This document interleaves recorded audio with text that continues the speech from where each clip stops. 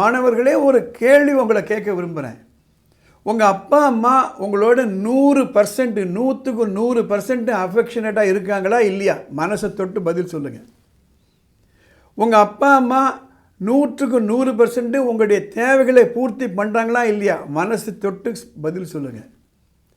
உங்கள் அம்மா 100க்கு 100 உங்களுக்கு சமையல் பண்ணி உங்களுக்கு கொடுக்குறாங்களா இல்லையா? மனசை தொட்டு பதில் சொல்லுங்கள். உங்கள் அப்பாவும் அம்மாவும் உங்களை பற்றி 100க்கு 100 சதா நினச்சிட்டு இருக்காங்களா இல்லையா? ஆமாம் அப்படின்னா அவங்க 100க்கு 100 உங்களை பற்றி கவலைப்படைச்ச 100க்கு 100 உங்களுக்கு எல்லாம் பண்ணும்பொழுது நீங்கள் எப்படி 100க்கு 60 மார்க் வாங்குவீங்க? கொஞ்சம் யோசனை பண்ணி பாருங்கள் மாணவர்களே.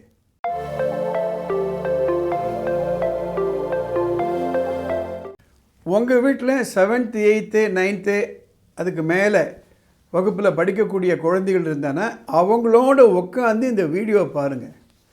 எவ்வளோ நேரம் ஐபிஎல் மெசேஜை பார்க்குறோம், சினிமா தொடர்கள்லாம் பார்க்குறோம், சீரியல்லாம் பார்க்குறோம், மணிக்கணக்கில். இந்த எபிசோடை ஒரு ஃபியூ மினிட்ஸ் உட்காந்து பாருங்கள். நானும் ராதா மேடமும் கிட்டத்தட்ட 40 ஆண்டுகளாக கல்வித்துறையில் மாணவர்களோட பழகிறோம், பள்ளிக்கூடம் நடத்துகிறோம், டீச்சர்களோட பேசுகிறோம், பெற்றோரோட பேசுகிறோம். ஒரு பெரிய பிரச்சனை ஒன்று, முக்கியமான பிரச்சனை இருக்குது சமுதாயத்தில். என்னென்னா, எதிர்பார்த்த அளவுக்கு மார்க் வரலை. இதுதான் பிரச்சனை. இந்த பதிவை வளர்ந்த குழந்தைகளும் உட்காந்து பார்க்கணும்.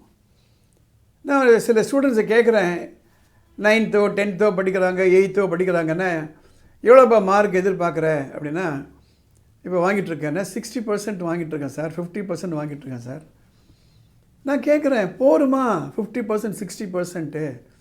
அடுத்த வருஷம் 10th வர போகிறேன், இல்லை அடுத்த வருஷம் 11th வர போகிறீங்க. 12th முடிஞ்ச பிறகு எவ்வளோ மார்க் வேணும்னு உங்களுக்கு தெரியுமா? நான் ஓப்பனாக சில விஷயங்களை குழந்தைகளோட பேசுவேன். உங்கள் அப்பா உன்னை வீட்டுக்கு போய் பேப்பர் போட சொல்கிறாரா?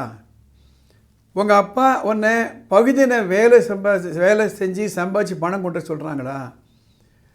உங்கள் அப்பா உங்களை சமையல் அறையில் ஹெல்ப் பண்ணுங்கள், பாத்திரம் கழுவிவிடு சொல்கிறாங்களா? இல்லை சார்.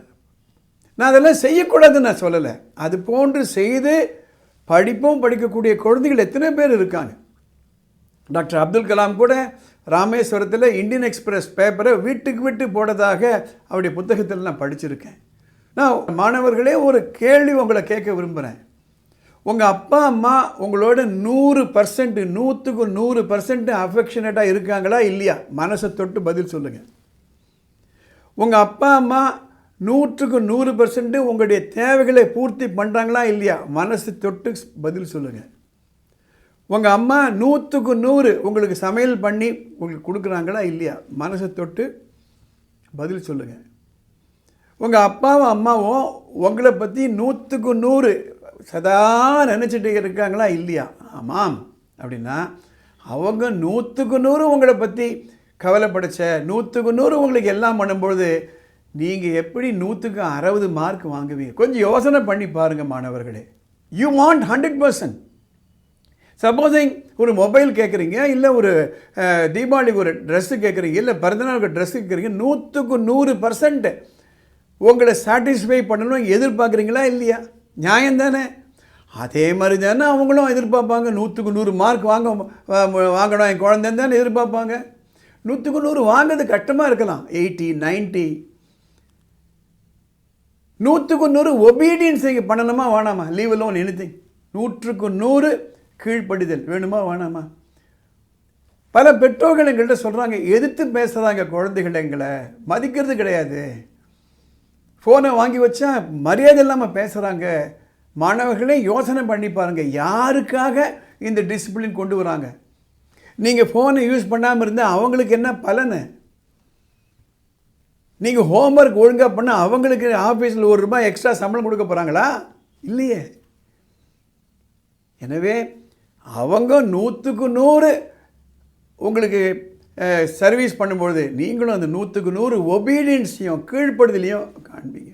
இந்த பதிவுடைய இறுதியில் ஒரு விஷயம் உங்களுக்கு சொல்ல விரும்புகிறேன். 100க்கு 100க்கும் 100க்கு 60க்கு என்ன தெரியுமா வித்தியாசம்? 100க்கு 100 நீங்கள் கான்சன்ட்ரேஷனோடு படிச்சிங்களன்னா 100க்கு 100 மார்க் வாங்க முடியும்.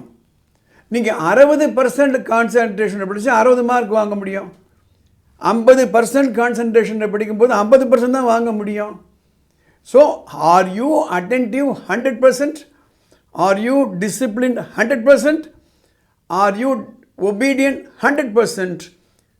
Then you will be able to satisfy their expectations. So மாணவர்களே யோசனை பண்ணி பாருங்கள். இந்த வீடியோ 2-3 முறை பாருங்கள், பெற்றோர்களும் எக்ஸ்பிளைன் பண்ணுங்கள். கண்டிப்பாக உங்களால் முடியும். இந்த பதிவு உங்களுக்கு பிடிச்சிருந்தனா உங்கள் மற்ற மாணவர்களுக்கு இது சர்க்குலேட் பண்ணுங்கள்.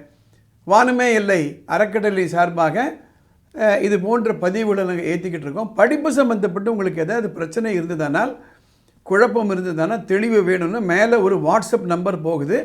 அந்த நம்பருக்கு ஒரு மெசேஜ் அனுப்புங்க. வாட்ஸ்அப் வாய்ஸ் மெசேஜோ டெக்ஸ்ட் மெசேஜோ. எங்களால் முடிஞ்ச தெளிவை உங்களுக்கு கொண்டு வர முடியும். இந்த சேனல் சப்ஸ்கிரைப் பண்ணுங்கள். அடுத்த எபிசோடில் பார்க்கலாம்.